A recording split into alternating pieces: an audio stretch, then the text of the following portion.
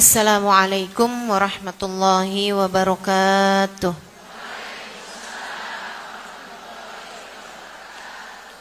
Alhamdulillah. Wassalatu wassalamu ala Rasulillah Muhammad ibn Abdillah wa ala alihi wa sahbihi wa man wala. Subhanaka la ilma lana illa ma 'allamtana innaka antal alimul hakim. Rabbi shrah li sadri wa yassir li amri wahlul 'uqdatan min lisani yafqahu qawli. Amma ba'du. Ibu-ibu saudariku sekalian saya muliakan, kita pada pagi hari ini punya tema jangan bersedih, Allah bersamamu. Jangan sedih, Allah bersamamu. Dalam bahasa Arab, la tahzan innallaha ma'ana. Jangan sedih, Allah bersama dengan kita. Saudaraku sekalian yang saya muliakan, ungkapan ini bukan sekedar penghiburan tanpa ada makna. Ungkapan ini bukan sekedar tenang, semua akan baik-baik saja, yang biasa kita dengarkan begitu. Belum tentu semua akan baik-baik aja, betul nggak? Tenang, nanti akan ada manisnya. Belum tentu, Bu. Betul nggak? Akan tetapi ketika Allah yang mengatakan la tahzan innallaha ma'ana, jangan sedih sebab Allah bersama denganmu, ini adalah kata-kata penghiburan yang paling tepat untuk kehidupan kita. Saudaraku sekalian yang saya muliakan, saya belum lama dari Jepang. Ada undangan majelis di Jepang, saya ke sana. Dan ibu-ibu saudara sekalian yang saya muliakan, ternyata di Jepang itu, Bu, dianggap sebagai surganya introvert, surganya orang yang enggak suka bergaul sama orang. Orang-orang yang penyendiri itu seneng tuh ada di negeri sana, karena satu sama lain itu enggak saling peduli. Tetangga satu enggak nyinyirin tetangganya, dan juga enggak peduli juga pada apa yang terjadi pada tetangganya. Akan tetapi ibu-ibu sekalian, saya dengar mengenai Jepang ini, teman-teman. Kematian, salah satu kematian terbanyak di Jepang adalah kematian dalam kesendirian. Salah satu hal yang paling berbahaya di Jepang adalah terjadinya kesepian, hingga menjadikan penduduk Jepang adalah negara dengan kasus bunuh diri yang terbesar, yang paling tinggi dari seluruh dunia.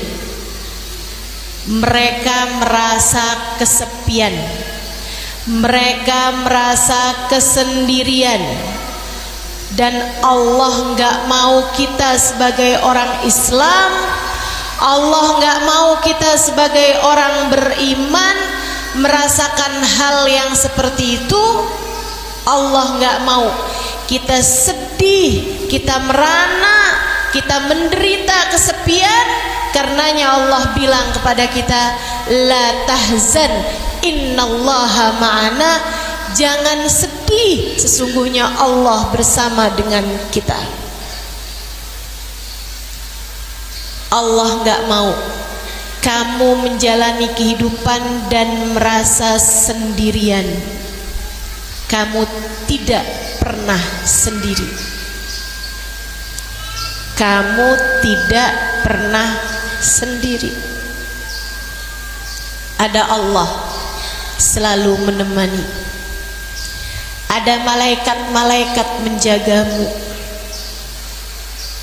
Ada doa orang-orang soleh tertuju kepadamu. kamu tidak pernah sendiri. Saudaraku sekalian yang saya muliakan, la tahzan innallaha ma'ana. Jangan sedih, sesungguhnya Allah bersama dengan kita. Adalah penghiburan paling mutlak yang Allah Subhanahu wa taala berikan kepada hamba-hambanya. Tinggal bagaimana kita menuju kepada menjadi orang yang hidup bersama dengan Allah Subhanahu wa taala. Ini yang akan kita bahas nih. Biar sudah ini kita tahu caranya jadi seseorang yang gak sedih dan tidak pernah merasa sendiri lagi. Teman-teman sekalian, untukmu para istri yang kadang kamu merasa kayaknya suami saya gak segitunya sayang sama saya, kayaknya suami saya itu mungkin sedang ada yang lebih disayangi daripada saya, atau sepertinya suami saya sedang ada usaha untuk buka cabang. Buka cabang, Bu, paham kan maksud saya? Di tempat yang lain misalnya. Kalau kamu merasa mengapa rumah tangga saya hampa, mengapa suami sepertinya sedang tidak peduli kepada saya atau sudah tak lagi peduli kepada saya sampaikan kepadamu, Bu, saya sampaikan kepadamu, Kak, saya sampaikan kepadamu, Dek, jangan sedih. Suamimu bisa meninggalkanmu, tapi Allah tidak. Suamimu bisa pergi darimu, tapi selagi Allah bersama denganmu, kamu akan baik-baik saja.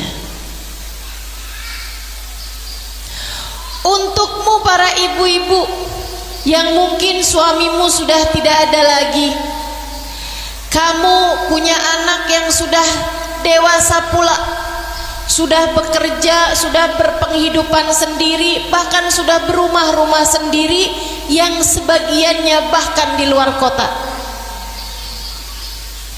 Kamu kadang merasa betapa sepinya hidup saya. Saya punya anak-anak yang saya lahirkan dengan separuh nyawa saya, yang tinggal di perut saya 9 bulan lamanya. Kami bersama-sama di masa kecilnya, di saat dia belum menjadi seseorang yang mandiri. Akan tetapi sekarang, ketika anak-anak saya sudah sama-sama dewasa, ketika anak-anak saya sudah sama-sama besar, mereka meninggalkan ibunya sendirian, dan mereka sepertinya sudah tidak lagi peduli kepada saya. Bu, kamu tak pernah sendiri. Nek, kamu tak pernah sendiri. Ada Allah selalu menemani. Dan selagi kamu bersama dengan Allah, kamu akan baik-baik saja. Tenang, selagi kamu bersama dengan Allah, kamu baik-baik saja. Untukmu, nak, anak-anak kita yang merasa bahwa mengapa saya punya orang tua tidak seperti kawan-kawan saya yang lain, mengapa saya punya orang tua sibuk saja dengan urusan mereka tanpa peduli kepada keadaan dan perasaan saya, mengapa saya punya keluarga yang tidak saling memberi perhatian dan kasih sayang seperti keluarga-keluarga yang lainnya. Ketika kamu merasa Orang-orang dewasa begitu sibuk dengan urusan mereka, sementara kamu merasa bahwa teman-temanmu tidak sebegitunya peduli kepadamu, bahkan kamu dibuli di kanan kiri. Tenang, anakku sayang, kamu meskipun lahir dari ibumu, kamu bukan milik ibumu. Kamu meskipun dinafkahi oleh bapakmu, atau bahkan kamu meskipun di kakak tertulis sebagai binti bapakmu, kamu bukan milik bapakmu. Kamu miliknya Allah. Kalian hambanya Allah. Kalian diciptakan oleh Allah. Allah tak pernah absen untuk memberi oksigen padamu. Allah tak pernah cuti untuk memberikan nikmat demi nikmatnya kepadamu. Allah tak pernah berhenti untuk memompa jantungmu, untuk menjadikan nadimu berdetak. Allah tak pernah bosan-bosannya untuk memberikan kepada kalian gelimpangan nikmat meskipun kalian tidak menyadarinya. Maka nak, meski sesiapapun sepertinya tak peduli padamu, saya sampaikan padamu dengan penuh cinta, Allah sangat peduli padamu. Allah menjagamu. Allah menjagamu. Jangan pernah merasa sepi. Jangan pernah merasa sendiri. Kamu bersama dengan Allah. Dan selagi kamu bersama dengan Allah, semua akan baik-baik saja. Semua akan baik-baik saja. Cinta manusia bisa berpaling dari kita, tapi cinta Allah tidak. Kasih sayang manusia bisa mudah berbolak-balik, sebagaimana kasih sayang kita kepada manusia pun seringkali begitu, bukan? Tapi kasih sayang Allah tidak. Allah menyayangimu bahkan dari sebelum kelahiranmu. Allah menyampaikan rezeki kepadamu bahkan saat kamu berada dalam kandungan ibumu. Kabarnya bahkan janin dalam kandungan ibu tuh Allah jadikan badannya, wajahnya itu menghadap ke arah belakang, bukan menghadap ke arah depan. Kenapa gitu? Sebab di depan tuh ada lambung dengan segala pencernaan. Allah berusaha menjadikan bayi dalam kandungan merasa nyaman sehingga tidak berketerusan mencium aroma yang tidak menyenangkan. Allah menjagamu sampai sedemikian, bahkan dari dalam kandungan ibumu. Adakah kamu pikir Allah meninggalkanmu sesudah kamu ada di atas muka bumi ini? Dan bukti besar bahwa Allah mencintai kita adalah dengan ditiupkannya iman dalam hati kita, dihembuskannya Islam dalam diri kita, sehingga kita mengerti siapa Tuhan kita. Dengannya kita mengakui Allah sebagai Tuhan kita, dan itu menunjukkan bahwa Allah mengakui kita sebagai hambanya. Allah mengakuimu sebagai hambanya. Kamu berucap bahkan dalam setiap sholatmu 5 kali, sehari semalam. Dalam setiap tahiyat, baik tahiyat awal maupun tahiyat akhir, kamu memperbaharui keimanan dengan berucap lagi dan lagi, asyhadu an la ilaha illallah wa asyhadu anna muhammadar rasulullah. Aku menyaksikan tidak ada Tuhan kecuali Engkau ya Allah, dan aku menyaksikan bahwa Nabi Muhammad adalah utusan Allah. Kamu menyaksikan Allah adalah Tuhanmu, pertanda bahwa Allah menyaksikanmu, Allah mengakuimu sebagai hambanya.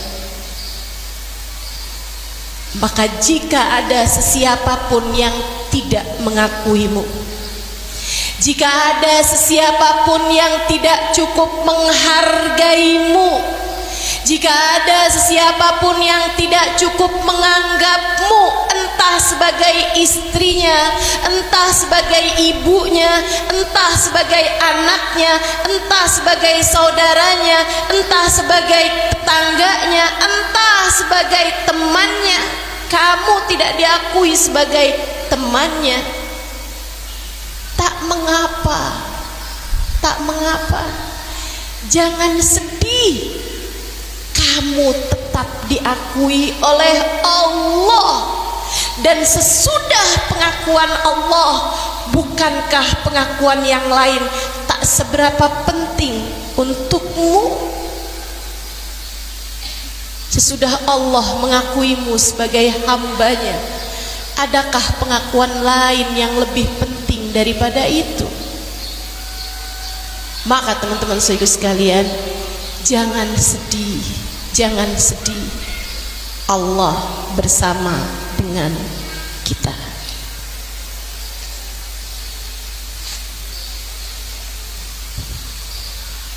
Maaf ya, ustadzahnya nangisan. Teman-teman saudara sekalian yang saya muliakan,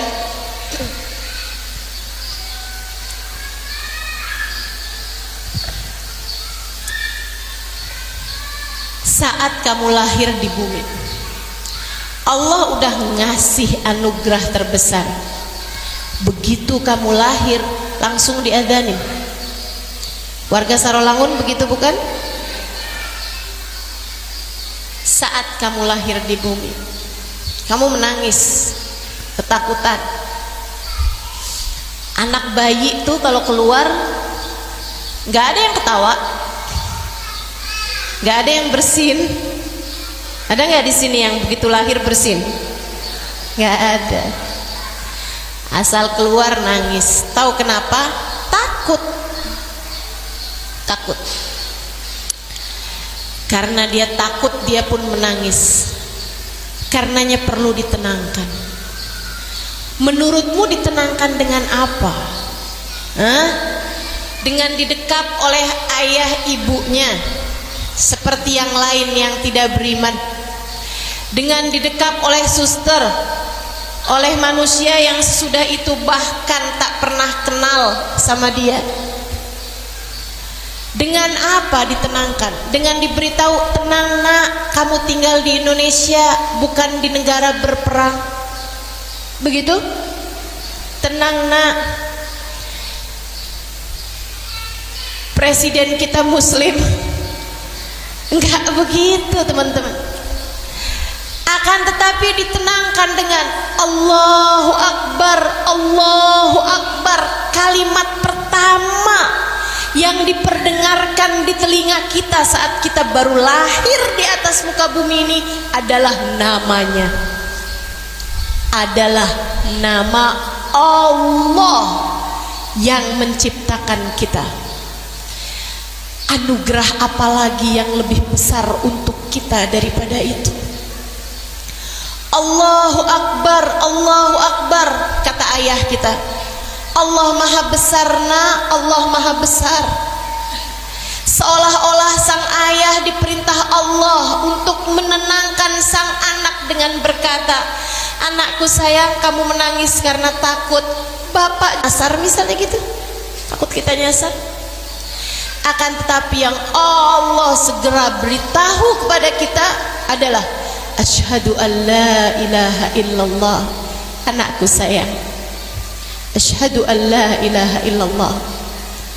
Ayahmu menyaksikan tidak ada Tuhan kecuali Allah. Kamu juga nak, kita hambanya Allah. Kita hambanya Allah. Betapa rahman rahimnya Allah kepada kita. Bu, ada banyak orang yang untuk menuju keimanan mereka harus melewati berbagai rintangan dalam kehidupan. Tapi Allah memberikan kepada kita gratis tanpa perjuangan. Allah memberikan kepada kita begitu saja. Baru lahir di atas muka bumi ini, Allah sudah langsung mengakui kita sebagai hambanya, dan kita dijadikan Allah langsung mengakui Allah sebagai Tuhannya. Sampai-sampai kita tak pernah perlu untuk membaiat atau untuk bersyahadat. Sesudah itu secara tersendiri gitu. Gak ada kan diantara kita yang begitu datang balik, ayo sekarang kita syahadat. Gak begitu. Kenapa gak perlu begitu? Kalau orang baru masuk Islam kan harus syahadat. Kenapa kita gak pernah perlu syahadat? Karena Allah sudah mengakui kita, dan kita sudah mengakui Allah bahkan dari sejak kita lahir di atas muka bumi ini.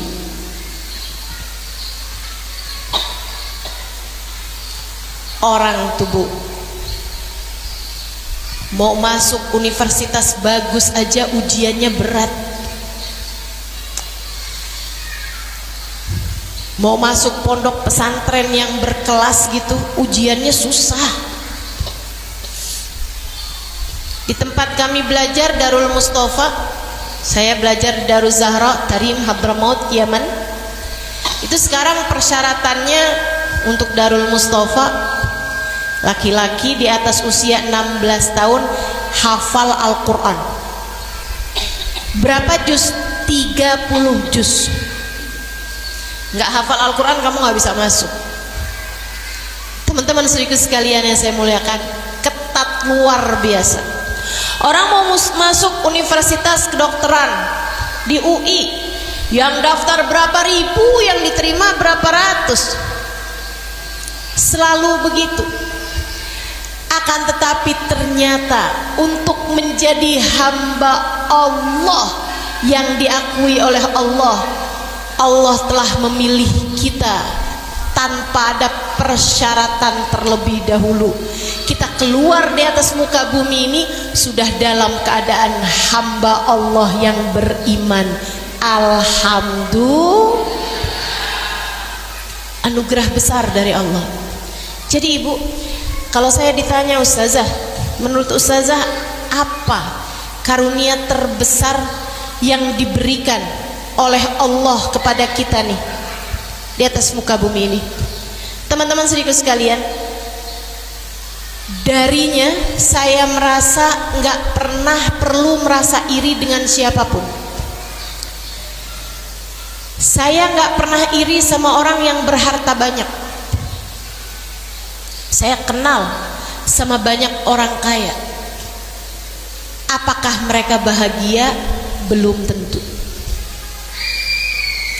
Saya nggak heran sama orang, saya nggak kagum, nggak iri sama orang yang diberi IQ yang paling tinggi, kecerdasan yang paling tinggi, yang IQ-nya misalnya 200 sekalipun. Saya nggak iri sama mereka, teman-teman. Nggak pernah merasa kepengen juga menjadi orang-orang dengan tingkat kecerdasan yang tinggi. Terima aja apa yang sudah Allah beri kepada saya. Kenapa? Sebab apakah mereka bahagia? Apakah mereka senang dalam hidupnya? Belum tentu. Belum tentu. Saya banyak lihat orang-orang kaya yang stres, yang tertekan, yang tidak bahagia. Saya nggak iri sama perempuan-perempuan cantik dimanapun. Saya banyak berjumpa dengan mereka di berbagai macam negara, yang hidungnya seperti huruf alif, sementara saya kalau ngaca lebih mirip huruf ta. Saudaraku sekalian yang saya muliakan, saya nggak iri sama orang-orang dengan alis yang meliuk seperti bulan sabit. Walaupun saya kalau ngaca alis saya lebih mirip huruf alif yang berbaring, saya nggak iri sama orang-orang dengan kecantikan kulit mulus, wajah indah rupawan, sebab belum tentu yang seperti itu berbahagia hidupnya dan tidak pernah bersedih hati.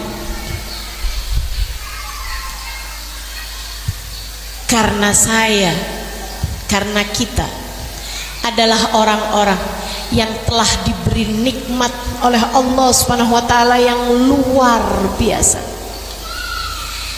Saat lisan kita Allah izinkan menyebut namanya, Allah, Allah, Allah. Saat dahi kita diperkenankan untuk sujud kepadanya,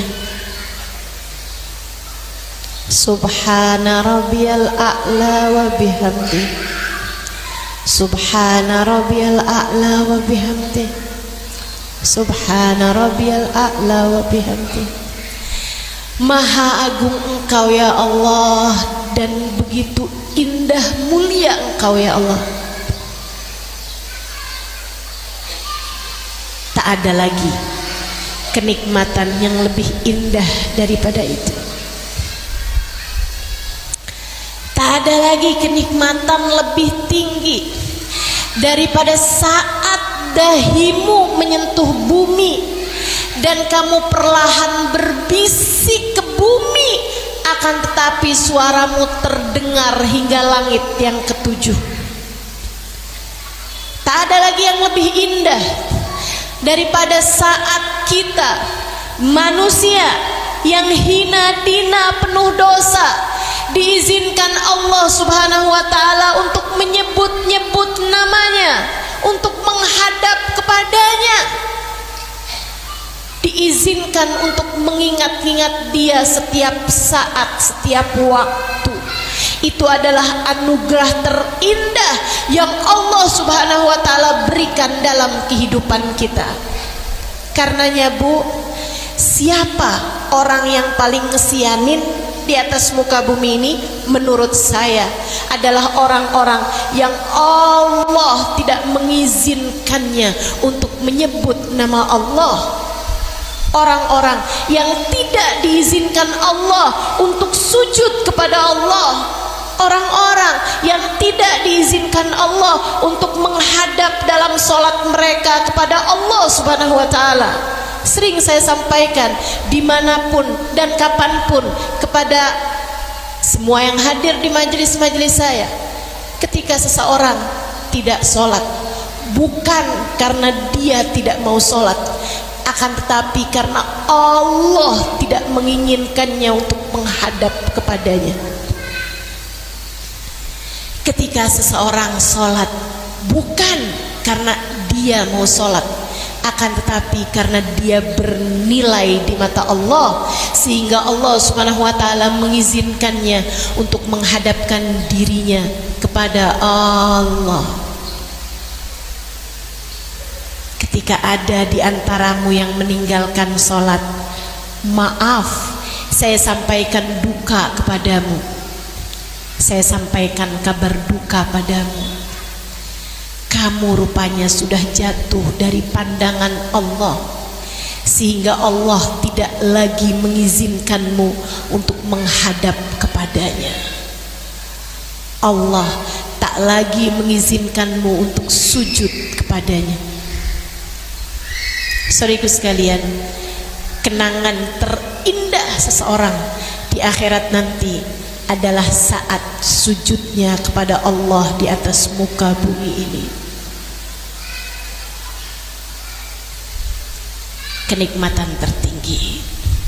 Karenanya hamba-hamba yang selalu mengingat Allah dalam setiap keadaan, hamba-hamba yang dekat dengan Allah dalam setiap waktu, hamba-hamba yang mampu menghadirkan Allah dalam hatinya setiap saat dan kesempatan, saudariku sekalian yang saya muliakan, mereka para kekasih-kekasih Allah, Allah menyampaikan tentang mereka, ala inna awliya Allah la khaufun alaihim walahum yahzanun. Ketahuilah, sesungguhnya para kekasih-kekasih Allah, mereka tidak pernah memiliki rasa takut terhadap apapun dan siapapun, walahum yahzanun, dan mereka pun tak pernah bersedih hati. Para kekasih Allah yang selalu menghadirkan Allah dalam hatinya, mereka tak pernah bersedih hati.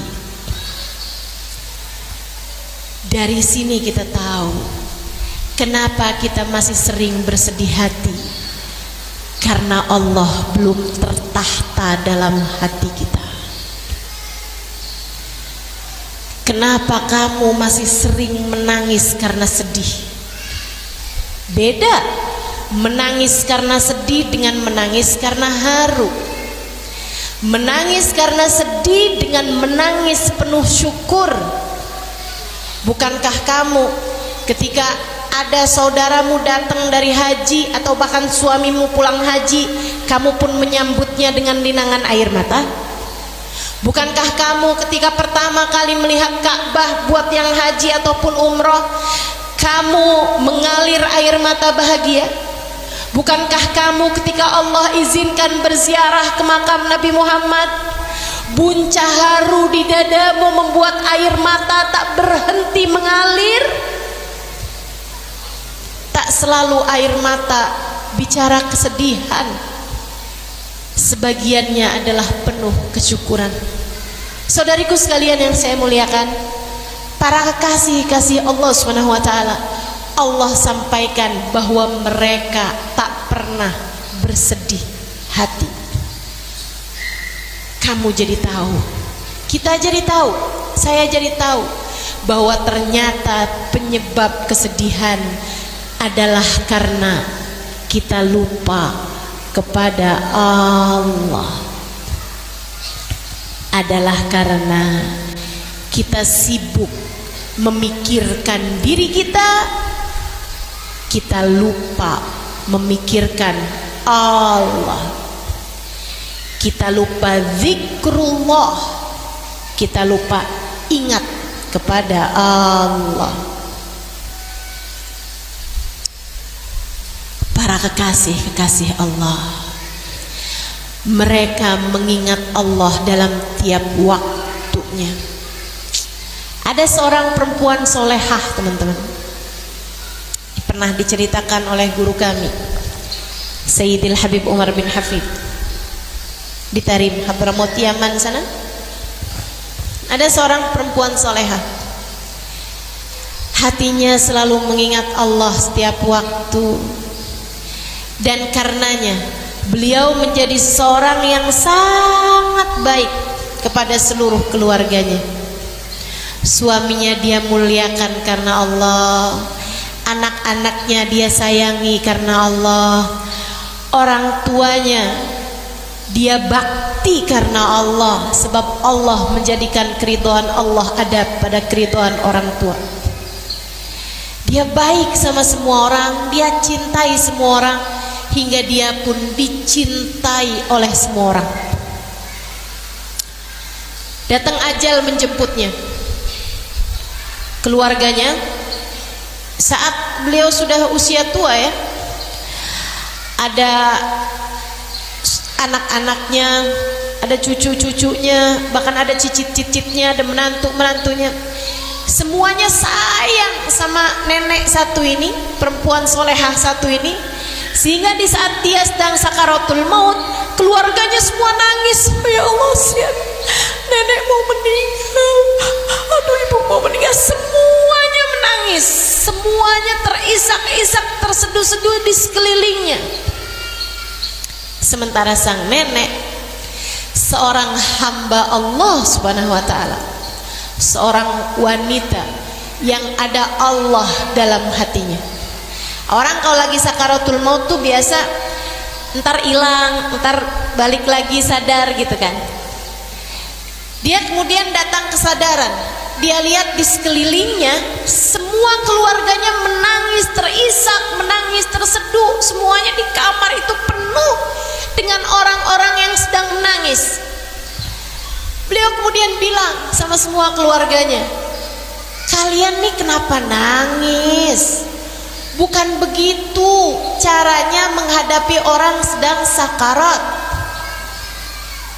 Bukan begitu caranya menghadapi orang sedang sakaratul maut. Kalian seharusnya mentalkin saya. Kata Nabi Muhammad, la ilaha illallah lakinu biha mautakum. Kalimat la ilaha illallah talkinkanlah kepada orang-orang yang sedang meninggal dunia di antara kalian. Jadi kata si ibu tersebut, nenek tersebut itu, dia bilang seharusnya kalian mentalkin saya.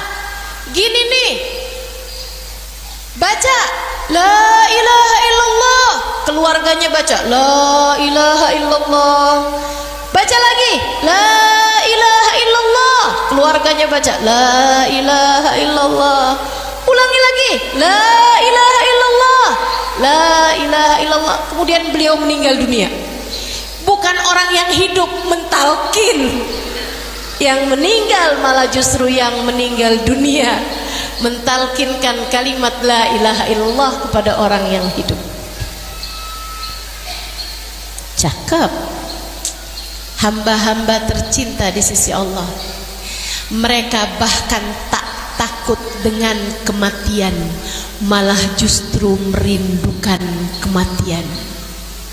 Hal yang paling ditakutin sama orang aja yaitu kematian. Mereka tak takut darinya, mereka tak sedih darinya, justru malah menjadi seseorang yang merindukan kematiannya sendiri. Enak bener jadi hamba Allah, enak banget jadi hamba Allah. Saudaraku sekalian yang saya muliakan, saya mau cerita. Cerita ini saya tuliskan di buku saya yang pertama, Bidadari Bumi. Bidadari Bumi yang pertama. Karena Bidadari Bumi udah ada 2 buku, Bidadari Bumi 1, Bidadari Bumi 2.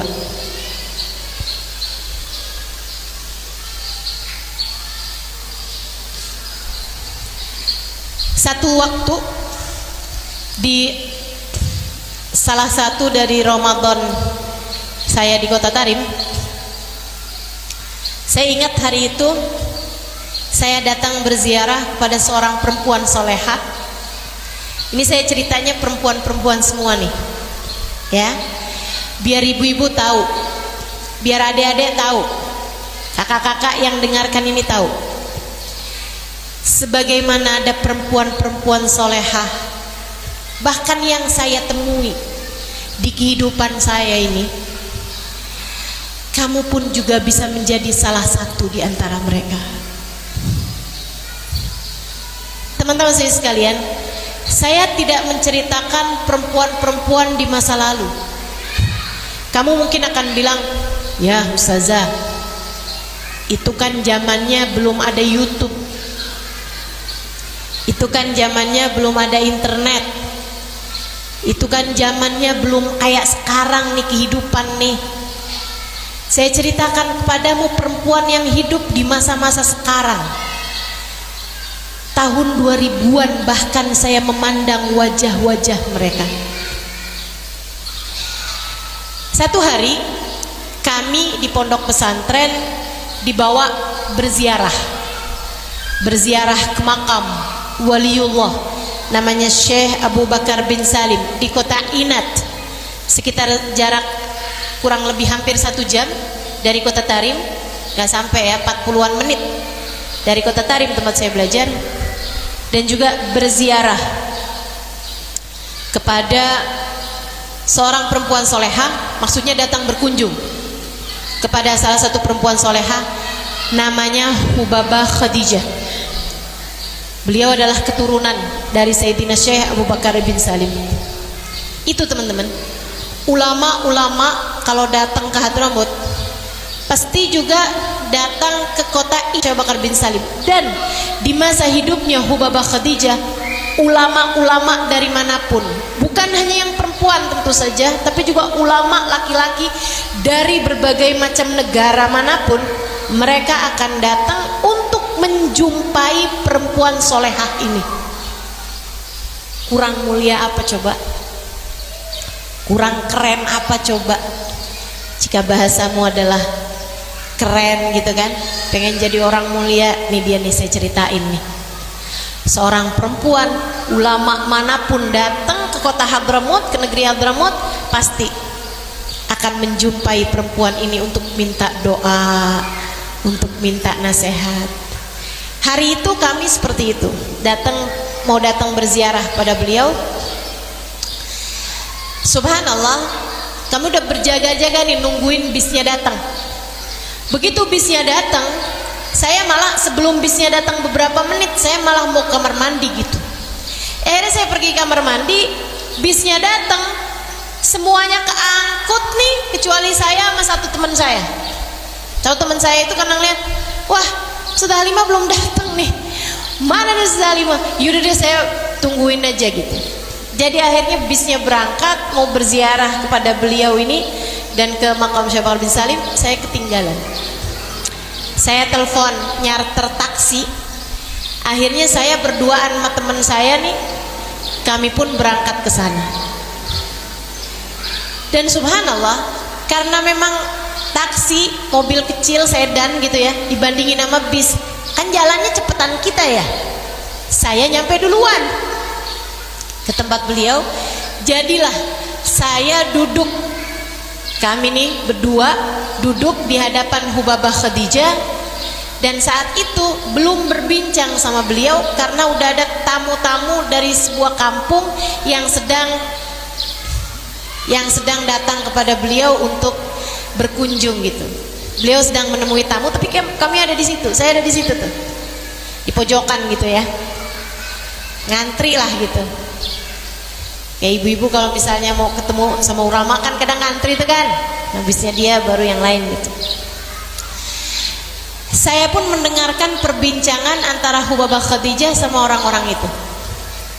Hubabah Khadijah nanya gitu, jadi tadi kalian datang dari mana? Misalnya gitu ya, orang itu bilang gitu, ada beberapa orang bilang, kami dari Surolangun Hubabah, misal, pastinya bukan dari situ ya kan. Kata Hubabah gini, oh dari Surolangun, saya punya tuh temen dari Surolangun, ada namanya Latifah misal, atau jangan deh, Zainab misalnya gitu ya, ada tuh namanya Zainab, disebutin binti siapa, sebutin marganya gitu. Kalian kenal Hubabah, gimana kabarnya tuh? Mereka nunduk gitu, terus bilang, maaf Hubabah, beliau sudah meninggal dunia. Itu dia jawabnya tuh sambil bilang, maaf Hubabah, beliau sudah meninggal dunia. Hubabahnya begitu dengar, oh meninggal, ya Allah senengnya. Saya di pojokan kaget. Baru itu saya tahu ada orang, ketika disebutkan bahwa orang tersebut sudah meninggal dunia, memandangnya dengan penuh rasa iri. Baru itu seumur hidup saya tahu ada orang bisa memandang kematian sebagai sebuah pesta indah. Kayak gini loh, kayak si ibu itu berangkat haji loh, wah senengnya. Ini kabarnya bukan tentang berangkat haji, bukan adik-adik misalnya, kamu tahu nggak kabarnya si fulanah itu, teman kita waktu zaman SD. Terus dia bilang, dia udah kawin loh, tau nggak? Ya ampun, suaminya tuh mana cakep, mana kaya, senengnya, kan gitu. Saudaraku sekalian saya muliakan, ini tentang kematian. Saya masih kayak yang, saya salah dengar nggak sih? Ketika beliau nanya lagi, kalau yang itu ada tuh temennya Zainab juga tuh, namanya Fatimah misal gitu ya. Gimana tuh kabarnya? Fatimah binti Fulan al-Fulan gitu sebutin. Terus mereka juga nunduk lagi, mereka bilang dia juga sudah meninggal Hubabah. Wah, senangnya luar biasa, merindukan kematian. Teman-teman saya sekalian, saya ingat hari itu ada salah satu teman saya datang ke Ubabah Khadijah dengan bawa air gitu. Ubabah, doakan, saya sedang sakit sariawan sepenuh muka. Dia sariawan sepenuh mulut. Dia itu salah satu ustazah. Dia bilang, doakan saya Ubabah, ini sariawan sepenuh mulut saya jadinya sakit kalau nelen, sakit kalau makan, dan bikin saya jadi nggak gampang bicara Ubabah, padahal saya harus ngajar. Ubabah pegang gelas tersebut, pegang botol tersebut, botol air itu untuk didoakan. Akan tetapi beliau ngomong begini nih, habis doakan doa gitu, beliau ngomong kayak gini, ma'agal sabrik ya hadi, nak, kamu kok dikit banget sih sabarnya. Dikasih sakit sama Allah tuh artinya Allah lagi sayang sama kamu. Kamu tahu nggak? Saya tuh kalau lama nggak dikasih sakit, saya malah justru tanya sama Allah, ya Allah, apakah Engkau lupa kepada hambamu Khadijah? Sakit itu adalah sebuah karunia, adalah pertanda Allah cinta pada kita. Allah rupanya ingin menghapuskan dosa-dosamu, nak. Allah rupanya sedang ingin menaikkan derajatmu, nak. Yang sabar, yang sabar. Hamba-hamba bahagia. Ibu kebayang, ada orang di atas muka bumi ini dikasih sakit aja segitu senengnya. Dengar kabar tentang kematian segitu senengnya. Kira-kira bisa dibuat sedihnya dari apa coba? Menurutmu hamba yang seperti ini bisa dibuat menangis sedihnya karena apa? Dia akan menjadi orang-orang la khaufun alaihim walahum yahzanun, tak pernah dibuat khawatir, tak pernah dibuat sedih atas hal apapun di atas muka bumi ini. Merekalah hamba-hamba Allah yang paling bahagia hidupnya. Mereka inilah yang paling saya iri, yang paling saya Halimah Alidrus iri dari kehidupan mereka. Saya ingin menjadi salah satu dari mereka yang tiap hembusan nafasnya mengingat Allah, yang dalam tiap menit-menit hari-harinya menghadirkan Allah, yang tidak pernah lupa kepada Allah Tuhannya, yang menganggap urusan dunia meski dianggap besar oleh siapapun adalah sesuatu hal yang kecil dalam pandangan Allah, yang tak pernah menganggap besar urusan selain Allah, yang tak pernah berharap cinta dari manusia sebab ia telah penuh cinta dari Allah Tuhannya. Merekalah orang-orang yang saya ingin menjadi salah satunya. Meskipun tentu jalan perjalanan ini masih jauh sekali untuk ditempuh. Saudaraku sekalian yang saya muliakan, kembali kepada Hubabah Khadijah. Saya jumpa sama beliau. Beberapa hari kemudian datang bulan suci Ramadan. Di awal Jumat dari bulan suci Ramadan tersebut, Hubabah Khadijah meninggal dunia. Itu rasa-rasanya kayak kehilangan ibu kita. Rasa-rasanya kayak kehilangan perempuan, sosok panutan yang bisa kita adukan berbagai macam hal, yang bisa kita mintai nasihat apapun. Kehilangan jalan, salah satu tali yang dapat menyampaikan kita kepada Allah. Seluruh negeri berduka cita. Sampai ucapannya itu udah bukan lagi Hubabah meninggal dunia, innalillahi wa inna ilaihi rajiun. Enggak gitu. Ucapannya, yang sabar ya, Hubabah meninggal. Gitu. Seluruh negeri berduka cita dan menganggap bahwa itu adalah duka mereka semuanya karena kehilangan Hubabah Khadijah. Teman-teman saudaraku sekalian yang saya muliakan, saya pun salah satu di antara yang bertakziah, diizinkan untuk takziah. Nggak banyak, tapi saya salah satunya karena saya adalah salah satu guru ustazah di Daruz Zahra. Kami berziarah, kemudian dari perempuan yang khidmah sama beliau, saya mendengarkan cerita ini. Katanya perempuan yang khidmah sama beliau, jadi beliau itu tinggal sebatang kara. Saya nggak pasti apakah beliau pernah menikah apa enggak, tapi yang pasti teman-teman, Hubabah Khadijah itu tinggal sebenarnya sendirian.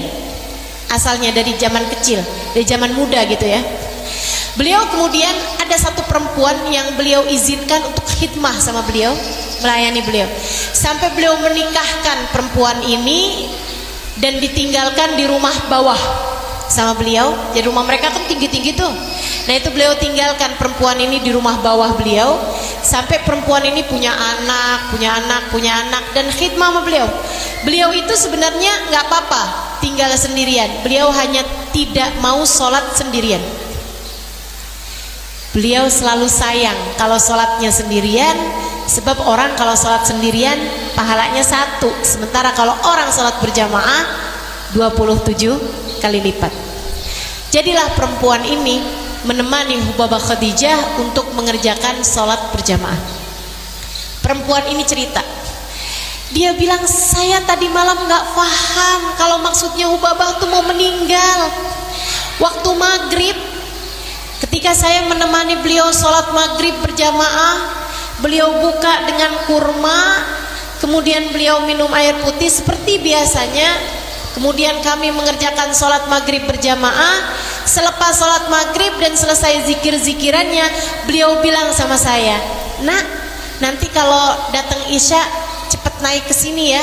Kita mau sholat isyanya lebih awal. Sekarang kita mau kerjakan semuanya, tarawih dan lain sebagainya lebih awal malam hari ini, karena saya mau pergi kondangan.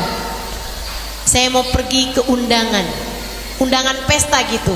Bahasa Arabnya yang biasa dipakai baruh lazimah, kata beliau. Saya mau berangkat uzumah, berangkat pesta gitu.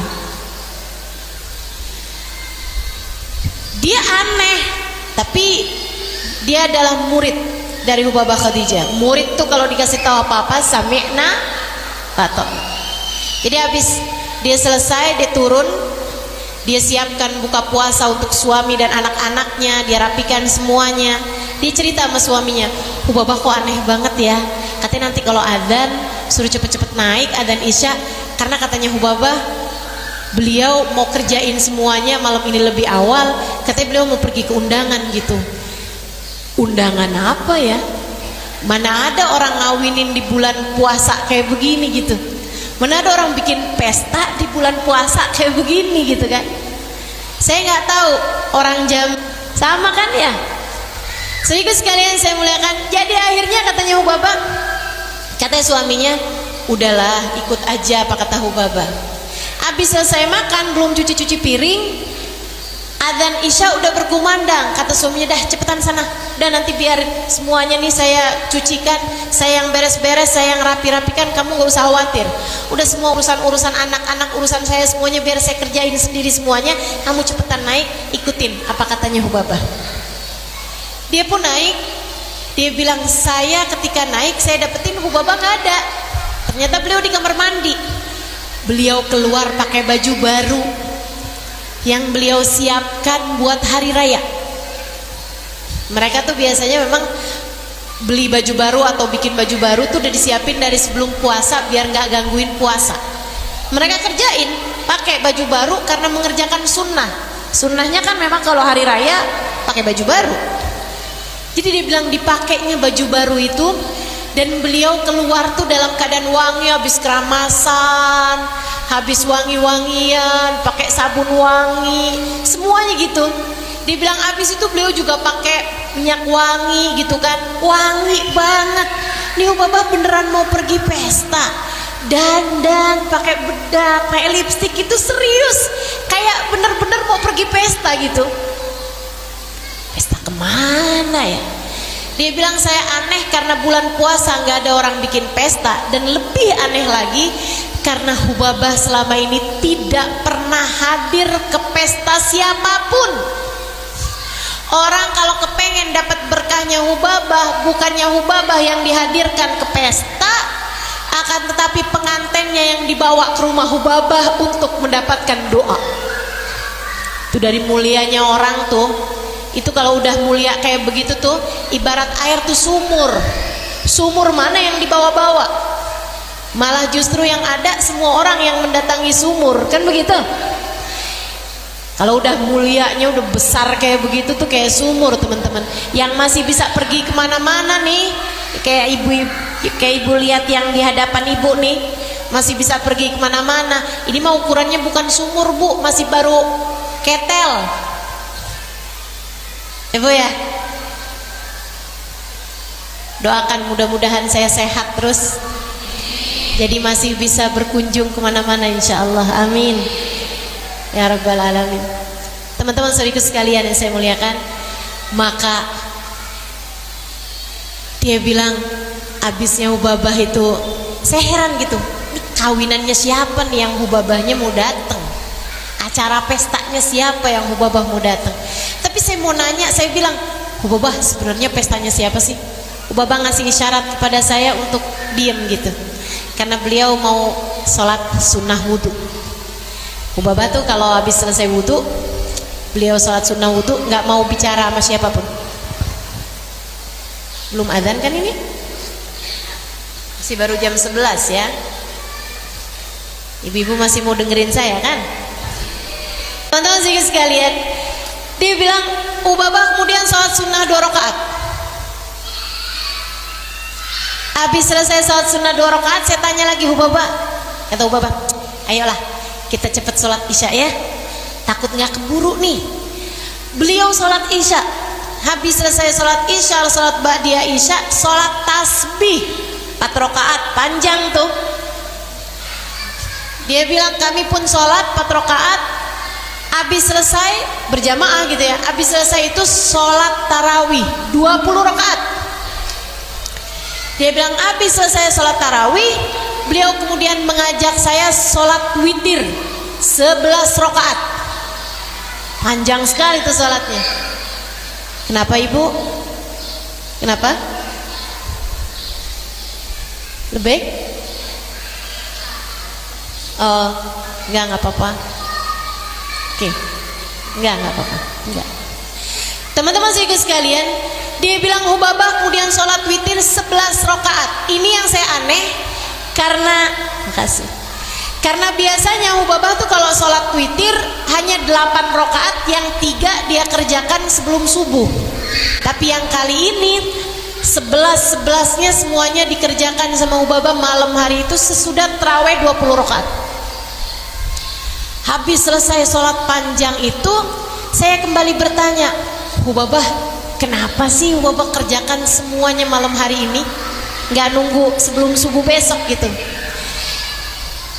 Bapak bilang, nak, yuk kita hatamin Al-Quran. Malam hari ini saya sudah hatam Quran. Itu padahal Ramadannya baru 3 hari gitu. Beliau udah selesai tuh baca Quran 30 juz. Beliau kemudian baca dari wadduha sampai ke bawah.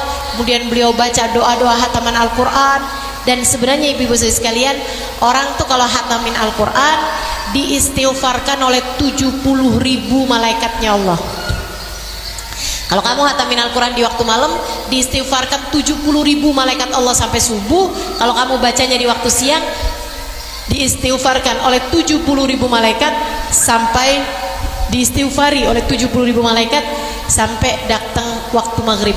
Nah ini beliau hatamin Al-Quran malam hari itu bersama dengan si perempuan ini ya. Dan bayangkan seperti apa tuh keadaan beliau saat itu. Diistighfarin 70.000 malaikat, dipandang dengan kasih sayang oleh puluhan ribu malaikatnya Allah Subhanahu wa taala. Habis selesai itu beliau baru tuh berdiri sambil senyum-senyum. Beliau bilang, sekarang saya mau berangkat. Perempuan ini nanya gitu, Babah, sebenarnya Babah mau berangkat kemana sih? Beliau sambil senyum-senyum masuk kamar. Dia bilang, saya pun melongok ke jendela. Jendelanya itu kan di atas tuh, seperti yang tadi saya sampaikan. Rumah bawahnya itu kan rumahnya si perempuan ini sama suami dan anak-anaknya gitu kan. Dia ngelongok ke jendela gitu, barangkali ada mobil yang udah jemput atau apa gitu kan. Barangkali tadi Hubabah terima telepon gitu. Ternyata nggak ada. Dia bilang ketika nggak ada, saya pun ikutin Hubabah menuju kamarnya gitu. Hubabah mau berangkat kemana? Hubabah malah menuju ke tempat tidurnya. Beliau berbaring di atas tempat tidur. Saya kemudian deketin beliau. Saya bilang, Hubabah sebenarnya mau pergi kemana? Senyum, seneng banget gitu. Hubabah, sebenarnya Hubabah ini siapa yang ngundang? Hubabah baru jawab. Beliau bilang, nak, saya sudah diundang oleh Allah. Saat itulah saya baru faham bahwa maksud Hubabah dari tadi, beliau akan segera meninggal dunia. Saat itulah saya gemetar. Saya segera pegang tangan Hubabah. Kemudian saya bilang, Hubabah jangan pergi, Hubabah jangan pergi. Kalau Hubabah pergi, saya sama siapa? Hubabah jangan pergi. Hubabah sembari tersenyum berkata, nah, saya sudah sangat merindukannya. Saya sudah sangat menginginkannya, menginginkan pertemuan dengan Allah yang selama ini tak pernah hilang dari hatinya, selama ini tak pernah pergi dari hidupnya.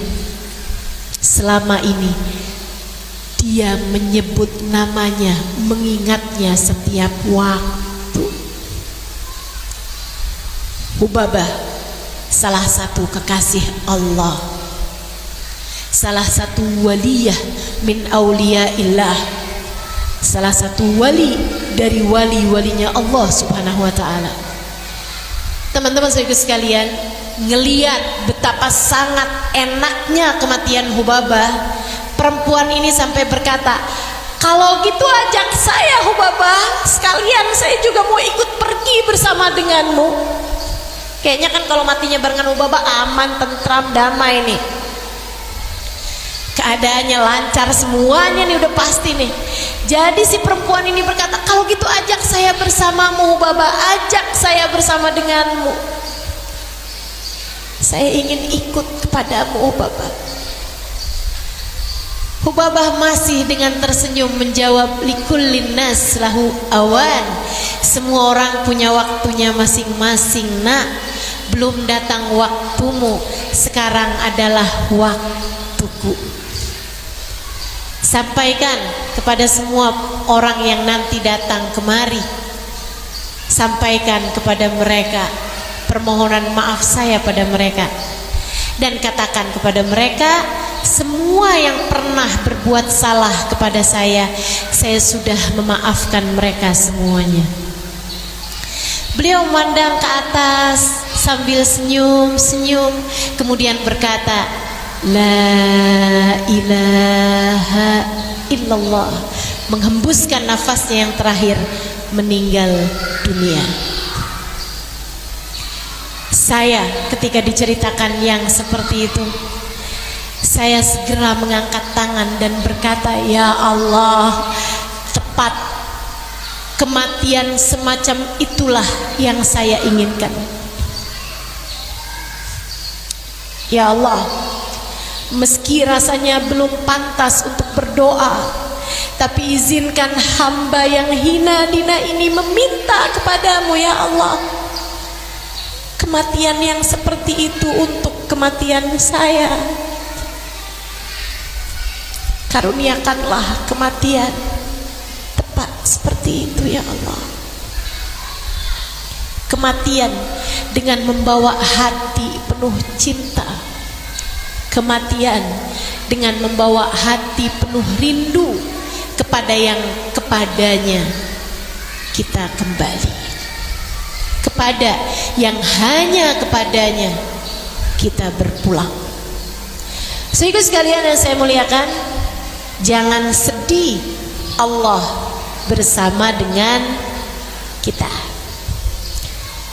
Hamba Allah yang muslim, yang mukmin seharusnya tak pernah bersedih hati. Yuk sekarang kita bahas bahasan terakhir nih, gimana caranya biar kita menjadi seorang yang gak akan pernah, yang tidak gampang sedih. Gimana caranya biar kita jadi orang yang selalu berbahagia? Teman-teman saudara sekalian yang saya muliakan, jawabannya sebenarnya sudah ada pada lafal-lafal adzan yang dikumandangkan ayah kita saat lahir. Saudara sekalian, yang pertamanya Allahu Akbar, Allahu Akbar. Hadirkan Allah terus besar dalam hatimu. Besarkan Allah dalam hidupmu, maka kamu akan menjadi orang-orang yang paling bahagia dan tidak pernah bersedih hati. Nomor satu, Allahu Akbar. Urusan cinta suamimu kecil, yang besar adalah urusan dicinta oleh Allah. Urusan dunia kecil, yang besar adalah urusan dengan pemilik dunia. Maka ketika kamu diberi kesusahan hidup, ketika kamu diberi kesulitan ekonomi, ketika kamu diberi kehidupan yang sederhana, hartamu tak seberapa, uang yang dihasilkan suamimu tak mencukupi untuk kehidupanmu, atau bahkan kamu menjadi seorang perempuan yang menanggung kehidupan sendiri dengan ala kadarnya. Saudaraku sekalian yang saya muliakan, ucapkanlah, Ya Allah, Ya Allah, Ya Allah. Kehidupan dunia sepertinya tak ideal bagiku. Engkau membatasi kehidupan duniaku, ya Allah. Tak mengapa, selagi Engkau selalu bersama denganku. Ucapkanlah, Ya Allah, saya miskin, akan tetapi bukankah bersama denganku ada Engkau, Zat yang Maha Kaya. Karenanya saya tak takut, ya Allah. Engkau dengan kemahakayaanmu akan selalu mencukupi saya. Allahu Akbar. Hanya Allah yang Maha Besar. Ketika hati seseorang berpaling darimu, hati suamimu, hati anakmu, hati orang tuamu, dek, berpaling darimu, ucapkanlah, Ya Allah, suamiku berpaling dariku, atau anak-anakku meninggalkanku, mereka lupa padaku, atau ibu bapakku tak sebegitu perhatian dan menyayangiku. Akan tetapi aku tak takut ya Allah, sebab bukankah bersama denganku ada Engkau yang selalu menemani. Ya Allah, jangan pernah tinggalkan aku. Allahu Akbar. Ketika bahkan kesehatanmu meninggalkanmu, kamu diberi Allah sakit, kamu diberi Allah badan yang selalu merasakan kesakitan misalnya, ucapkanlah ya Allah, saya sedang sakit, akan tetapi saya tidak takut, sebab bukankah bersamaku ada Engkau ya Allah yang maha menyembuhkan. Sebab bukankah sakit ini adalah darimu juga.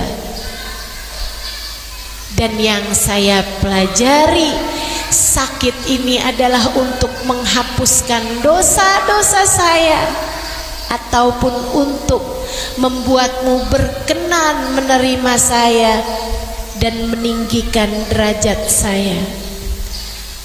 Tak mengapa saya sakit ya Allah, sebab bukankah bersama dengan saya ada Engkau, Zat yang maha menyembuhkan. Ampunilah segenap dosa-dosa saya. Tak mengapa ya Allah, Engkau memberi kepadaku sakit di dunia, jika ini membuatku tak lagi kesakitan kelak di akhirat nanti. Terima kasih ya Allah atas keadaan apapun. Allahu Akbar. Dibenci orang, dibully orang, disakiti orang, difitnah orang, sampaikan ya Allah, ya Allah, ya Allah. Mereka membicarakanku, mereka menfitnah aku, mereka menyakitiku. Akan tetapi bukankah mereka semua adalah hamba-hambamu yang tidak akan melakukan apapun kecuali dengan izinmu. Semoga ini adalah karunia, tempat Engkau menaikkan derajatku di sisimu, dan tempat Engkau mengampuni dosa-dosaku yang memang begitu banyak itu ya Allah. Terima kasih atas karunia indah ini ya Allah. Ya Allah, ya Allah. Meskipun diri ini dianggap hina oleh siapapun, tak mengapa selagi Engkau memuliakanku ya Allah. Allahu Akbar. Asyhadu an la ilaha illallah. Cara kedua, biar bikin hati selalu enak, bikin hati gak pernah sedih, bikin hati selalu bahagia, adalah dengan menghadirkan Allah setiap waktumu. Bu, Kak, Dek, bangun tidur kamu ingat Allah dan ucapkanlah alhamdulillahilladzi ahyana ba'dama amatana wa ilaihin nusyur. Terima kasih ya Allah, Engkau telah menghidupkanku kembali setelah sebelumnya Engkau menjadikan hamba ini tak sadarkan diri, dan kepadamulah diri ini kembali. Saudaraku sekalian saya muliakan, saat makan kamu ingat bahwa yang memberi rizki makanan itu adalah Allah. Maka kamu berucap alhamdulillahilladzi at'amana sesudah makan, wasaqana min ghairi haulin minni wala quwwah, atau alhamdulillahilladzi at'amana wasaqana wa ja'alani minal muslimin. Makasih ya Allah, Kau telah memberi kami makan, Kau telah memberi kami minum tanpa ada daya upaya dariku, atau dan Kau telah menjadikanku sebagai salah satu dari hamba-hambamu yang muslim. Saudaraku sekalian yang saya muliakan, atas apapun yang terjadi dalam kehidupanmu, ingatlah Allah. Ingatlah Allah. Awalilah segala sesuatu dengan Bismillahirrahmanirrahim. Asyhadu an la ilaha illallah. Kemudian yang kedua, asyhadu anna Muhammadan Rasulullah. Yang ketiga ya, yang ketiga, asyhadu anna Muhammadan Rasulullah. Saudariku sekalian yang saya muliakan, ini bikin hidup kamu happy, ini bikin hidup kamu senang, ini bikin hidup kamu gak susah-susah mulu, dengan kamu ingat bahwa bersamamu ada Nabi Muhammad, manusia agung yang Allah Subhanahu wa ta'ala kirimkan di atas muka bumi untuk menjadi penghubung antaramu dengan Allah, untuk menjadi penyampai wahyu Allah, untuk menjadi utusan Allah kepada kita sekalian.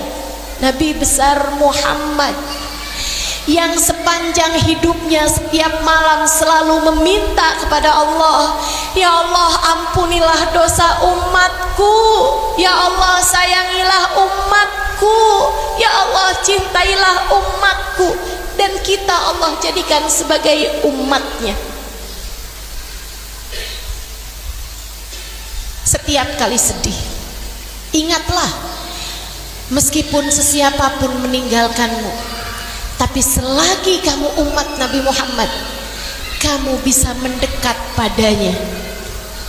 Makanya teman-teman saya sekalian, yang saya rasakan adalah kebahagiaan menjadi umat Nabi besar Muhammad sallallahu alaihi wasallam. Kita nih diizinkan Allah, diperkenankan Allah untuk bersolawat padanya, dan itu adalah anugerah indah. Sayyid Muhammad bin Alwi bin Abbas Al-Maliki, beliau mengatakan, tidak ada permasalahan hidup serumit apapun, seruwet apapun, tidak bisa diselesaikan dengan solawat kepada Nabi Muhammad. Maka untukmu yang sedang ada permasalahan dalam kehidupan, saya sangat menyarankanmu, merekomendasikanmu, berpesan padamu, jangan tinggalkan solawat. Solawatan yang banyak, solawatan yang banyak. Diam-diam solawatan, diam-diam solawatan. Habis selesai sholat, kamu baca zikiran-zikiran yang sudah diajarkan Nabi, kemudian bersolawatlah. Allahumma salli ala Sayyidina Muhammad wa ala ali Sayyidina Muhammad. Allahumma salli ala Sayyidina Muhammad wa ala ali Sayyidina Muhammad. Anggaplah 10 kali aja tiap habis sholat. Sebelum tidur, setelah kamu baca doa-doanya sebelum tidur, salawatan Nabi Muhammad. Allahumma salli ala Sayyidina Muhammad. Allahumma salli ala Sayyidina. Bangun tidur, habis kamu baca alhamdulillahilladzi ahyana ba'da ma amatana wa ilaihin nusyur. Allahumma salli ala Sayyidina Muhammad wa ala ali Sayyidina Muhammad. Allahumma salli ala Sayyidina Muhammad wa ala ali Sayyidina Muhammad. Allahumma salli ala Sayyidina Muhammad wa ala ali Sayyidina Muhammad. Dalam keadaan ada yang sakit misalnya, bacakan salawat. Allahumma sholli ala Sayyidina Muhammadin tibbil qulubi wa dawaiha wa afiyatil abdani wa shifaiha wa nuril absari wa diyaiha wa ala alihi wa sahbihi wa sallim. Terus seperti itu teman-teman, 8 kali misalnya, atau 80 kali seperti yang diajarkan para ulama-ulama kita. Jangan jauh-jauh dari salawat. Salah satu kunci kebahagiaan hati. Cobain, kalau kamu lagi sumpek-sumpek, cobain, duduk baca sholawatan. Kalau kamu lagi susah-susah, cobain sambil masak, sambil sholawatan. Kalau kamu lagi sedih-sedih hati, cobain ngapa-ngapain sambil sholawatan, dan liatin hatimu Allah akan lapangkan. Selain dari kerjakan yang pertama, kedua tadi tuh Bu, yang ketiga nih tambahan sholawatan. Terus aja teman-teman. Bahkan ini diajarkan Nabi kepada sahabatnya.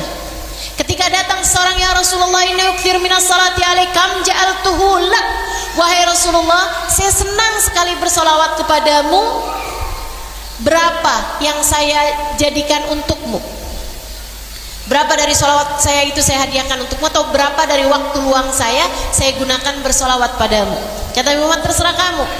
Kalau gitu Rasulullah, sepertiga dari sholawat saya hadiahkan untukmu, atau saya jadikan waktu luang saya sepertiganya untukmu. Rasulullah bilang, bagus, fa in zidta fa huwa khairun lak, kalau kamu tambahin lebih bagus lagi. Kalau gitu setengah wahai Rasulullah. Bagus, kalau kamu tambahin lebih bagus lagi. Kalau gitu 2/3 wahai Rasulullah. Bagus, kalau kamu tambahin lebih bagus lagi. Dan falkul, kalau gitu semua aja deh Rasul, saya hadiahkan untukmu. Kata Rasulullah, idan tukfahammuk wa tughfar dzambuk. Kalau kamu banyak bersolawat kepadaku, maka akan hilanglah seluruh kesusahanmu dan akan terampunilah seluruh dosa-dosamu. Pengen hidup gak sedih-sedih, perbanyaklah bersolawat kepada Nabi. Yang terakhir, hayya 'alas shalah. Hayya 'alas shalah. Kamu kepengen hidupmu itu enggak susah-susah, kerjakanlah sholat, kerjakanlah taat, jangan tinggal perintah-perintah Allah, baik yang fardu ataupun yang sunnah. Pengen hidupnya bahagia tapi sholat nggak mau. Pengen hidupnya bahagia tapi ngerjain dosa mulu. Gimana ceritanya? Kita tuh kan sama orang, kamu beri apa yang dia mau, dia memberi apa yang kamu mau, kan begitu? Sama Allah juga gitu. Kerjain apa yang Allah mau, biar Allah kasih apa yang kita mau. Saudara sekalian yang saya muliakan, taatlah kepada Allah dan tinggalkanlah dosa-dosa. Sebab setiap dosa yang kamu lakukan adalah caramu untuk menjauh dari Allah Subhanahu wa ta'ala. Bagaimana mungkin kamu berharap Allah membersamaimu dalam kehidupan jika kerjaanmu selalu menjauh dari Allah Subhanahu wa ta'ala? Tinggalkan dosa, Bu. Yang masih suka hutang riba, tinggalin. Yang masih buka-buka aurat, tinggalkan. Yang kerjaannya masih suka ngomongin orang, tinggalkan. Yang kerjaannya masih suka bohong, tinggalkan. Dengan cara itu hidupmu akan bahagia. Dengan cara itu kamu tak akan lagi mudah untuk bersedih hati. Sebab sesudah hayya 'alal shalah, Allah bilang hayya 'alal falah. Ayahmu sampaikan di telingamu, sesudah hayya 'alal shalah, hayya 'alal falah. Marilah menuju kebahagiaan, marilah menuju keberuntungan, marilah menuju kepada kemenangan, sehingga kita semua menjadi hamba-hamba yang hidup penuh dengan keberuntungan, penuh dengan kebahagiaan, dan penuh dengan kemenangan sampai hari kita menghadap Allah Subhanahu wa ta'ala dalam keadaan Allah cinta kepada kita. Insya Allah. Udah kita tahu caranya, udah kita paham bagaimana seharusnya kita menjalani kehidupan. Kita tutup majelis ini dengan kita membaca suratul Fatihah, berharap-harap semoga ilmu yang baru saja teman-teman semuanya dengar menjadi ilmu tak hanya masuk dari telinga kanan. Allah muliakan hidup kita dengan taat kepadanya. Ala hadhihi niyah wa bikulli niyatin salihah jami'ah syamilah ila hadratin Nabi Muhammad sallallahu alaihi wa ala alihi wasallam. Kita beruntung jadi umat Nabi Muhammad. Nikmat jadi umat Nabi besar Muhammad sallallahu alaihi wa ala alihi wasallam. Katanya sahibul burdah, busyra lana ma'syaral islami inna lana minal inayati ruknan ghaira munhadimi lamma da'allahu bi akramir rusli kunna akramal umami.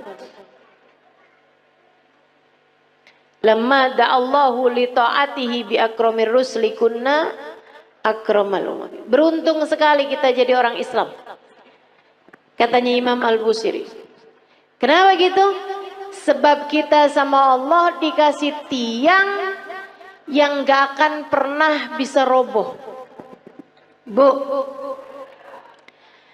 tiang yang lain nih sekuat-kuatnya, kena gempa, kena tsunami, roboh bu. Tiang-tiang yang lain kena gempa tuh, kalau udah di atas sekian skala Richter itu jatuh ibu-ibu sekalian. Tapi kata Sahibul Burda, kita dikasih sama Allah Subhanahu wa taala tiang yang meski apapun saja terjadi, jangankan gempa bumi, jangankan badai, jangankan tsunami, jangankan angin topan, bahkan sampai huru hara kiamat sekalipun tidak akan pernah bisa merobohkannya. Siapa yang berpegangan dengan tiang tersebut, dia tidak akan pernah dihancurkan oleh Allah Subhanahu wa taala. Tiang itu adalah baginda kita, Nabi besar Muhammad.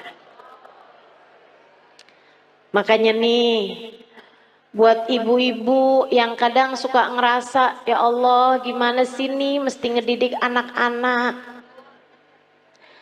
Apalagi ngerasanya saya nih orang tua tunggal. Suami saya bapaknya anak-anak udah 3 kali lebaran kagak pulang.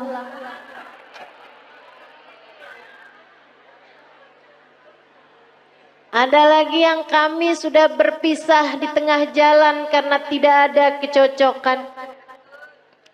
Ada lagi yang memang ajal keburu mendatanginya, sehingga di masa Covid kemarin meninggal dunia, meninggalkan anak-anak yang menjadi yatim.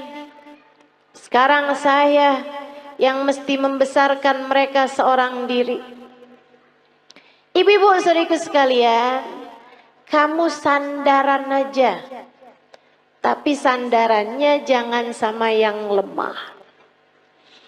Kalau kamu sekedar nyari suami lagi, gitu ya, sampai mengusahakan hidung kurang mancung dioperasi, kulit mulai keriput ditarik benang, biar cakepan bibir disulam.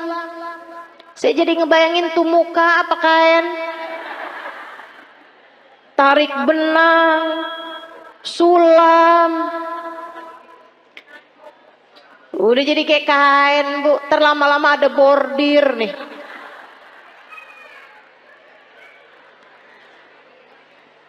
Teman-teman saudariku sekalian, kalau kamu mengandalkan kecantikanmu atau mengandalkan seorang manusia lain seperti halnya suamimu yang dulu, ya kamu hanya berpindah dari satu tiang lemah menuju satu tiang rapuh lainnya. Nggak ada yang cukup buat dijadikan sandaran. Bu, untuk anak-anakmu pun juga begitu. Kalau kamu menyandarkan anak-anakmu kepadamu, kamu tidak akan cukup kuat untuk dijadikan sandaran.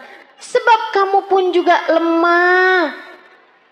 Nggak berasa betapa sangat lemahnya dirimu itu. Kena sakit dikit udah nggak bisa ngapa-ngapain. Kena galau, bad mood, udah gak bisa enak buat ngadepin anak-anakmu lagi. Bawaan, ya Allah Ustazah kenapa ya saya? Kok lagi kesel banget tuh Ustazah. Ngelihat anak pengen saya telan.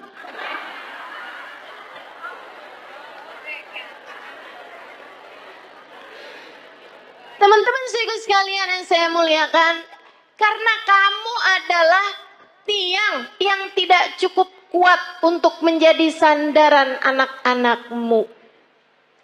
Kamu udah tahu tiangnya itu siapa? Tiangnya adalah Nabimu Muhammad. Para istri, jangan andalkan dirimu untuk kebahagiaan rumah tanggamu. Saya cantik, suami mana yang bisa berpaling dari saya? Oh, apa artinya kecantikanmu itu? Lagian Bu, waktunya tuh bentar banget yang namanya cakepnya dunia tuh. Betul nggak? Kena jerawat, udah nggak jadi cakep. Apalagi banyak nih anak-anak zaman sekarang nih. Dia bilang saya cantik karena turunan. Kok sekarang nggak cantik? Karena sekarang tanjakan.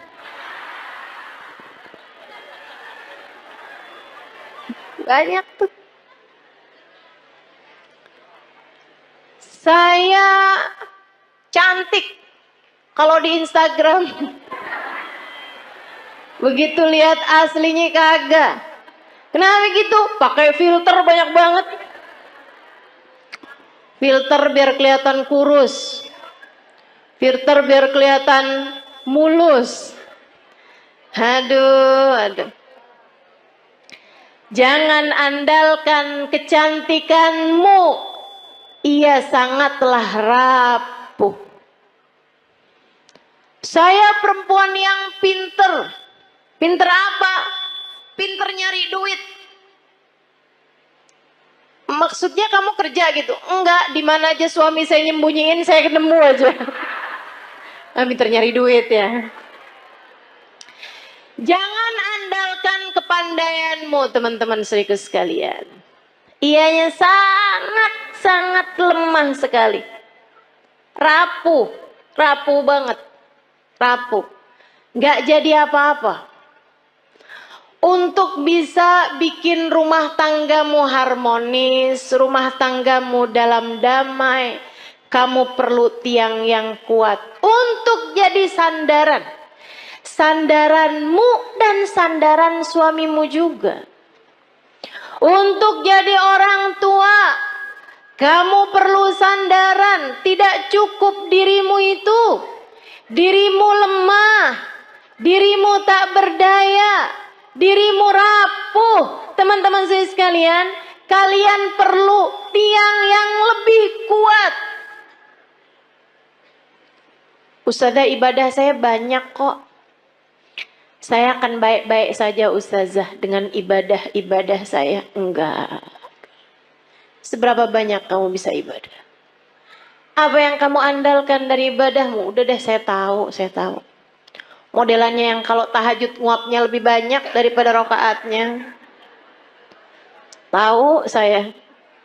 Model-modelan beginian nih. Kok Ustazah tahu? Ya nggak beda sama saya. Sama-sama lemah, sama-sama sedikit, teman-teman. Udahlah sedikit gitu, enggak aman dari riya, enggak aman dari ujub, enggak aman dari sum'ah. Seneng bener ibadahnya dipasang di status. Hari Senin, nikmatnya buka puasa bersama My Hubbi.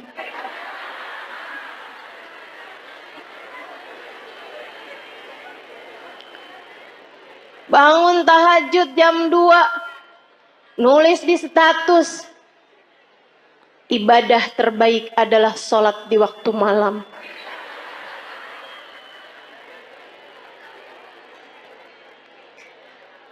Apa gitu. Segitunya mau ngandelin ibadah. Ibadahnya diterima apa enggak sama Allah aja nggak tahu nih kita nih. Nggak cukup teman-teman saya sekalian, nggak cukup. Baru tahajud berapa malam doang, kalau pagi-pagi kelihatan lemes banget. Tanyain sama suaminya, kok kamu belakangan lemes mulu sih? Ya ampun bang, nggak tahu apa bang. Dari jam 2 nih bang, sampai subuh. Masya Allah. Teman-teman sekalian yang saya muliakan, nggak bisa, nggak cukup ngandelin ibadah, nggak cukup. Ibadah kita nggak seberapa. Andalan kita nih cuman satu. Kita punya tiang bernama Nabi Muhammad. Cukup tuh dijadiin andalan. Gimana nggak cukup? Yang pegang kunci surga. Gimana nggak cukup? Pejabat tertinggi di akhirat. Gimana nggak cukup? Emang iya Ustazah? Pak kamu belum tahu. Teman-teman sekalian, dengarkan sabda Nabi Muhammad dalam Bukhari. Katanya Nabi Muhammad, Ana sayyid walad Adam wala fakhr. Aku adalah pemimpin seluruh umat manusia. Dan aku tak berbangga atas hal tersebut. Nabi bilang saya jadiin sama Allah dipilih jadi pemimpin seluruh umat manusia. Rajanya semua umat manusia. Kapan? Ntar di akhirat teman-teman. Ntar di akhirat. Adam wa man dunahu tahta liwa'i yaumal qiyamah. Nabi Adam dan nabi-nabi yang sesudahnya hanya akan berada di belakang bendera Nabi Muhammad sallallahu alaihi wasallam. Nanti di akhirat tuh orang mengukur kemuliaan mereka dengan seberapa dekat tempat mereka dari Nabi Muhammad. Orang tuh tahu nilainya di hadapan Allah seberapa. Rankingnya di hadapan Allah tuh seberapa, rapotnya tuh seberapa, itu lihatnya dari seberapa jaraknya dari Nabi besar Muhammad.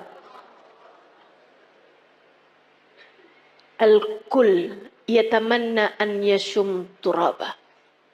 Di akhirat nanti orang berharap kepengen bisa nyium tanah yang habis diinjak sama Nabi Muhammad. Teman-teman saya sekalian, pejabat tertinggi akhirat Nabi besar Muhammad sallallahu alaihi wasallam. Orang kan kalau orang soleh itu para wali. Di atasnya para wali, para nabi. Di atasnya para nabi, para rasul.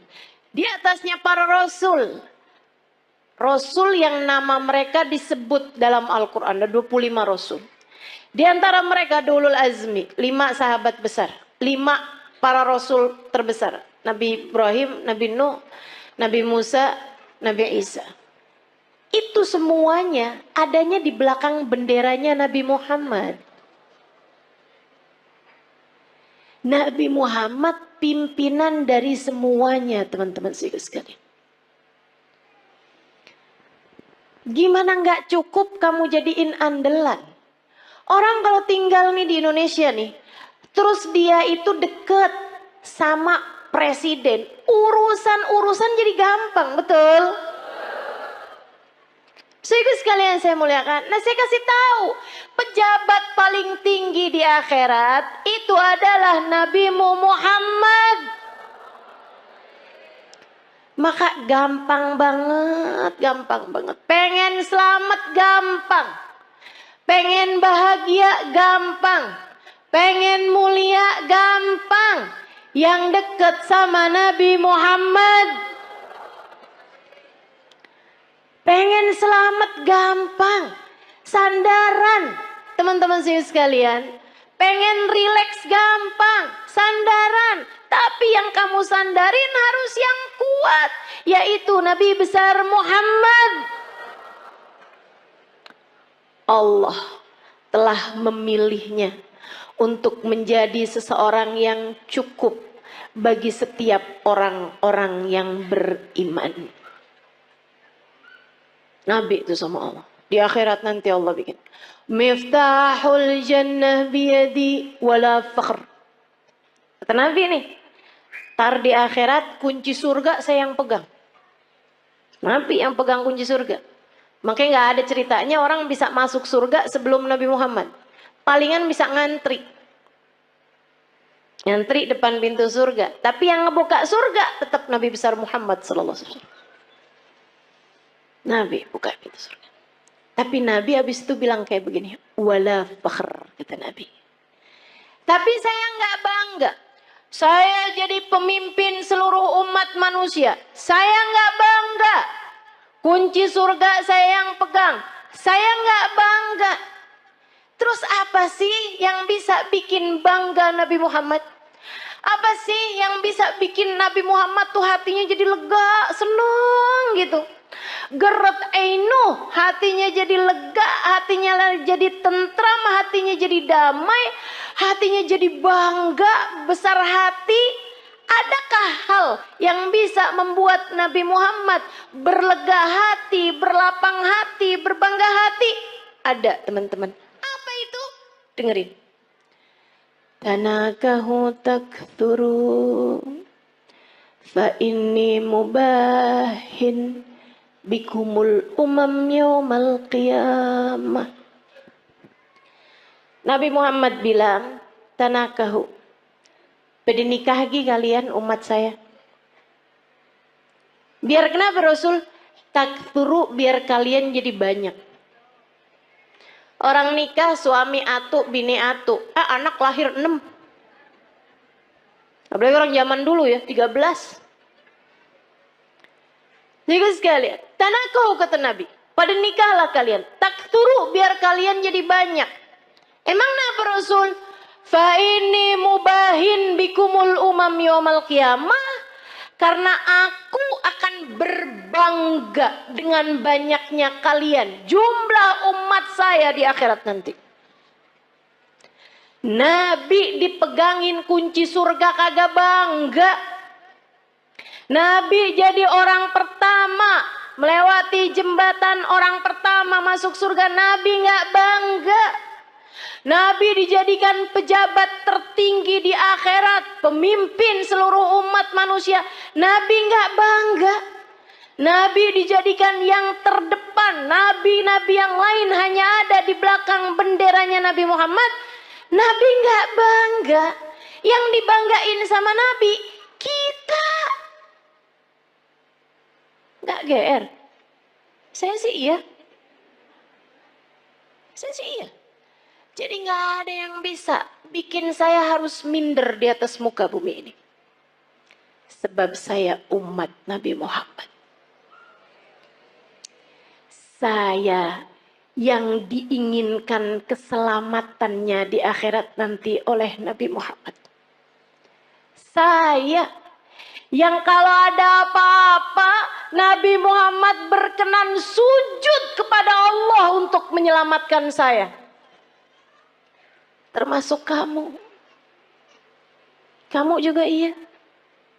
Teman-teman sekalian, jangan pernah minder. Kamu umat Nabi Muhammad. Syaratnya cuma satu.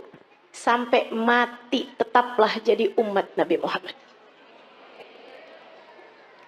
Sampai mati tetaplah jadi umat Nabi Muhammad. Sebab kalau kamu sampai mati tetap jadi umat Nabi Muhammad, keselamatanmu adalah puncak cita-cita tertinggi Nabi Muhammad. Kalau kamu mati, bawa iman, bawa Islam, bawa cinta di hati kamu, Nabimu tidak berkenan menikmati surga sebelum kamu masuk di dalam surga. Mau iri sama siapa kita?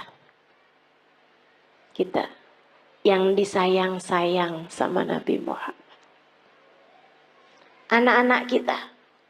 Makanya jangan berani ngomelin anak, Bu. Saya bilangin dah. Ini serius nih saya nih.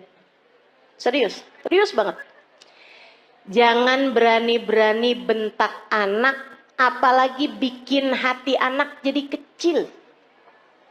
Ibu-ibu, Nabi Muhammad sudah membesarkan hati umatnya. Anakmu adalah bagian dari umatnya. Masa kau udah dibesar-besarkan hatinya sama Nabi Muhammad, kemudian kamu tega untuk mengecilkan hati anak-anakmu sendiri? Kamu tuh nak, bego bener sih.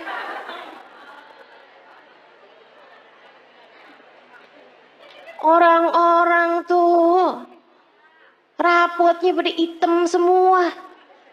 Nah kamu yang hitam cuma 2. Itu juga pelajaran olahraga maksenian. Ya ampun nak, mamah malu punya anak kayak kamu. Hati-hati, hati-hati. Nabi Muhammad tidak malu memiliki kita sebagai umatnya. Nabi Muhammad tidak malu memiliki anak-anakmu sebagai umatnya. Masakah kamu malu memiliki anak-anakmu sebagai anak-anakmu? Teman-teman saudariku sekalian yang saya muliakan, gedein hatinya.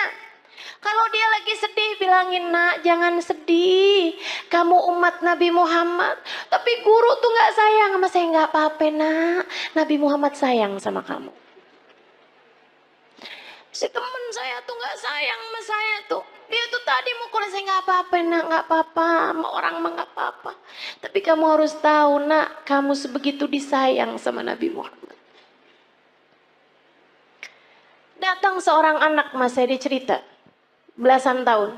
Dia bilang, ustazah, saya baru tahu ustazah, ternyata saya ini adalah anak yang tidak diinginkan oleh orang tua saya. Saya bilang, maksud kamu gimana? Jadi di saat orang tua saya itu menikah, ustazah, ibu saya itu sudah hamil saya beberapa bulan. Jadi saya dikawin, ya orang tua saya kawin dari hari kelahiran, hari nikah sampai kelahiran itu cuma 7 bulan ustazah. Karena ibu saya udah terlanjur hamil duluan. Saya baru tahunya ustazah beberapa waktu yang lama ini. Baru-baru ini aja. Dia bilang, saya sedih ustazah, sedih banget. Tiap malam saya nangis ustazah. Ya Allah, orang tua saya tidak menginginkan saya lahir. Saya bilang, mereka memperlakukan kamu dengan galak, suka enggak ustazah. Saya bilang, nak, kamu tiap malam kalau tahajud atau kalau kebangun, kamu bilang, ya Allah, saya lahir tidak diinginkan oleh orang tua saya. Akan tetapi yang saya tahu, saya tidak akan ada di atas muka bumi ini tanpa izinmu, tanpa kehendakmu, tanpa maumu. Maka ya Allah, ya Allah, ya Allah, meski sesiapapun tidak menginginkan keberadaanku, Engkau ya Allah jangan pernah meninggalkan aku. Mulai netes air matanya satu-satu. Terus saya bilang lagi, terus kamu baca sholawat sama Nabi Muhammad. Habis itu kamu bilang, ya Rasulullah, kabarnya engkau sangat sayang kepada umatmu. Orang tua saya tidak seberapa sayang sama saya. Mereka bahkan tidak mengharapkan kehadiran saya dalam kehidupan mereka. Akan tetapi yang saya dengar, engkau sangat menyayangi kami sebagai umatmu. Ya Rasulullah, sayangilah saya di saat yang lain tidak menyayangi saya. Dan Nabi itu gak pernah gak cukup buat siapapun. Nabi tidak pernah tidak cukup untuk siapapun. Cukup. Cukup. Kamu kalau merasa sedih, merasa galau, merasa cemburu, merasa gak disayang, merasa gak dicinta, Pasti karena kamu lupa sama Nabi Muhammad. Tapi begitu kamu ingat sama Nabi Muhammad, ya Rasulullah, makasih. Saya umatmu wahai Rasul. Saya umatmu wahai Rasul. Meski siapapun berpaling dariku, aku berharap engkau tidak akan pernah meninggalkanku. Gitu. Yang dekat sama Nabi Muhammad. Hadiah terindah yang Allah berikan dalam kehidupan kita, teman-teman. A'udzu billahi minasyaitonir rajim. Laqad manallahu 'alal mu'minin id ba'atha fihim rasulan yatlu 'alaihim ayatihi wa yuzakkihim wa yu'allimuhumul kitaba wal hikmah wa in kanu min qablu lafi dhalalim mubin. Laqad manallahu 'alal mu'minin. Allah telah sungguh-sungguh menghadiahi hadiah terbesar bagi orang yang beriman. Apa nih hadiah terbesar yang Allah berikan kepada kita nih? Kita sebagai orang yang beriman sama Allah dikasih apa? Rumah yang mewah, mobil yang bagus, dikasih tampang yang cakep-cakep. Kayaknya enggak juga. Kita lihat orang kafir-kafir pada punya rumah besar-besar. Kita lihat orang kafir-kafir dikasih muka cakep-cakep dari kita. Dikasih hidung lebih mancung-mancung dari kita. Dikasih duit lebih banyak daripada kita.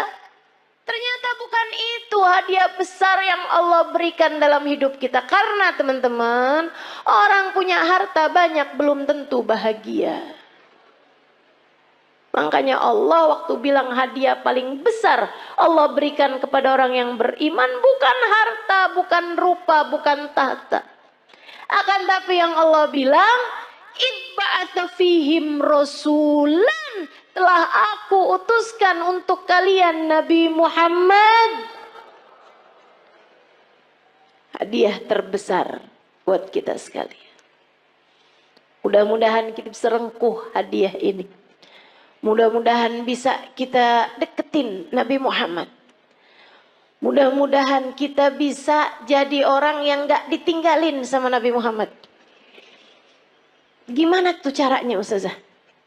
Biar gak ditinggalin sama Nabi Muhammad. Nah ini saya mau kasih tahu. Cara biar Nabi Muhammad gak tinggalin kita. Gimana caranya?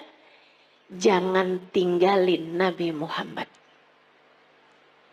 Nah itu ada caranya. Jangan pernah tinggalin Nabi Muhammad. Untuk apapun dan untuk siapapun. Teman-teman saudara sekalian. Jangan pernah tinggalin Nabi Muhammad. Untuk siapapun dan untuk apapun. Jangan tinggalin ajaran Nabi Muhammad. Untuk siapapun dan untuk apapun. Dulu sebelum nikah nih melaki yang ini nih, kerudungan rapi. Ke tukang sayur aja gak pernah ketinggalan. Ngejar bakso aja relaan baksonya yang pergi dah. Daripada keluar gak pakai jilbab. Karena gak mahram sama tukang bakso. Giliran kawin suaminya bilang, kamu kayaknya kalau kayak pakai kerudungan kayak kelihatan lebih tua 10 tahun dah dari aslinya. Emang iya ya, ya udah deh nggak apa-apa deh saya nggak usah kerudungan lah. Kamu tinggalkan ajaran Nabi Muhammad untuk seseorang. Kalau udah kamu tinggalin, jangan salahin siapa-siapa kalau kamu ditinggalin sama Nabi Muhammad. Ada adik-adik nih belum nikah. Dia pacaran. Dek saya bilangin, setiap kali kamu berduaan sama pacar kamu tuh, itu yang ketiganya setan. Kalau udah yang ketiganya setan, artinya nggak akan ada Nabi Muhammad. Halo? Itu udah teori pasti itu. Itu udah prinsip pasti tuh. Nabi nggak akan mau berada dalam kumpulan ada setan di situ. Ya udah kalau gitu setannya suruh pergi Ustazah. Nah kamu terlanjur panggil. Nggak segampang itu. Nggak segampang itu. Sehingga sekalian yang saya muliakan. Ma khala rajul wa mra'ah illa wa syaitan thalithuhuma. Tidaklah berdua-duaan laki-laki dan perempuan, melainkan yang ketiganya adalah setan. Udah pasti. Jadi orang kalau lagi pacaran berarti dia ninggalin Nabi Muhammad. Tinggalin tuh Nabi Muhammad sama dia. Jangan salahin siapa-siapa. Kalau Nabi Muhammad kemudian meninggalkanmu. Makanya Nabi Muhammad bilang, ma yazni zani hina yazni wa huwa mu'min. Orang kalau lagi berzina, saat masih dalam hari-hari, dia belum bertaubat dari perzinaannya, masih ntar ketemuan lagi, ntar habis itu janjian ketemuan lagi, ntar check in hotel misalnya dan lain sebagainya. Teman-teman saudaraku sekalian, maka katanya Nabi Muhammad, kalau dia meninggal dunia di masa-masa itu, tidak akan meninggal dunia sebagai orang yang beriman. Imannya udah kecabut dari dalam hatinya, na'udzubillah. Jangan. Maka adik-adik, ini ada nggak sini orangnya? Perasaan depan saya banyak nenek-nenek nih. Emang zaman sekarang tuh umur perempuan suka nggak kelihatan. Kalau dari muka nih suka nggak kelihatan dah emang. Ya, kelihatannya dari dengkul. Kalau udah per 15 menit ganti posisi, tuh. Kalau udah yang mau berdiri perlu bantuan atau ada stylenya dulu gitu, ada gayanya pakai miring kanan, miring kiri, tuh. Tahuan umurnya. Uban udah nggak kelihatan sekarang. Udah pakai jilbab kan? Kadang-kadang juga disemir ya kan? Diwarnain merah, hijau, kuning. Gak kelihatan umur dari rambut. Udah dah paling bener. Ciriin umur orang dari dengkul, bener dah. Kok Ustazah tahu? Nah saya juga gitu. Berasa banget dari atas umur 40 tahun emang bener-bener tuh. Adik-adik sekalian, siapapun darimu yang